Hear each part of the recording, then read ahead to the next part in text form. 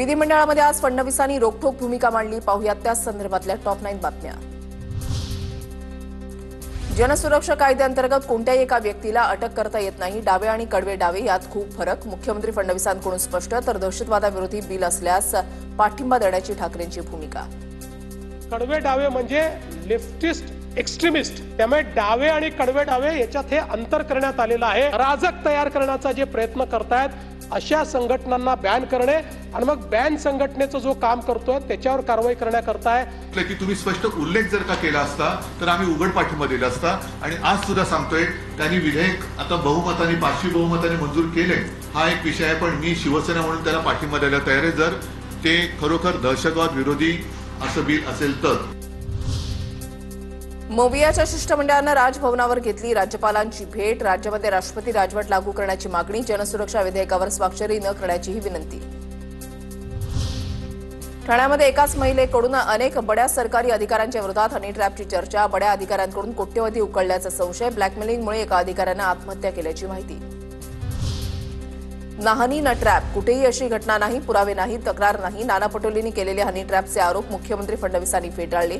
नाना, आमच्यापर्यंत बॉम्ब आला नाही, नीट पुरावे द्यायचे ना, फडणवीसांचा नाना पटोलेंना टोला। हनी ट्रॅप यांनी आणला मला समजतच नाही। आणि नाना भाऊने तर कुठला बॉम्बच आणला म्हणे।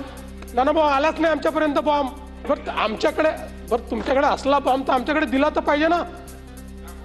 तर हनी आहे ना ट्रॅप आहे।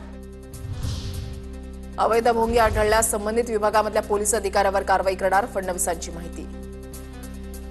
भोंगे आढळले तर ज्या पोलीस अधिकाऱ्याच्या अखत्यारीत तो भाग येत असेल त्याच्यावर कारवाई ही करण्याचा निर्णय आपण या ठिकाणी केला आहे।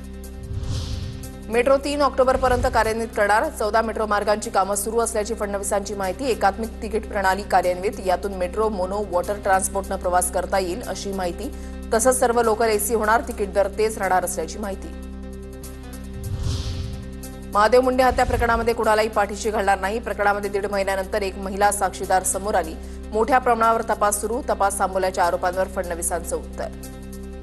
बीडमधलं महादेव मुंडे हत्या प्रकरण देखील या ठिकाणी आलं तर मोठ्या प्रमाणात तपास चाललेला आहे, पण याच्यामध्ये कुठेही कोणालाही पाठीशी घातलं जाणार नाही।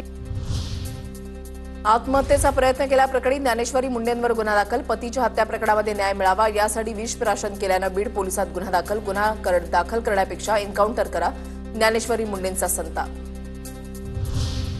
धारावीची जमीन अदानींना नाही, डीआरपीला दिलेली आहे, फडणवीसांनी केलं स्पष्ट। अदानी विकासक पार्टनर म्हणून सहभागी, प्रकल्पाचा खर्च 95,000 कोटी।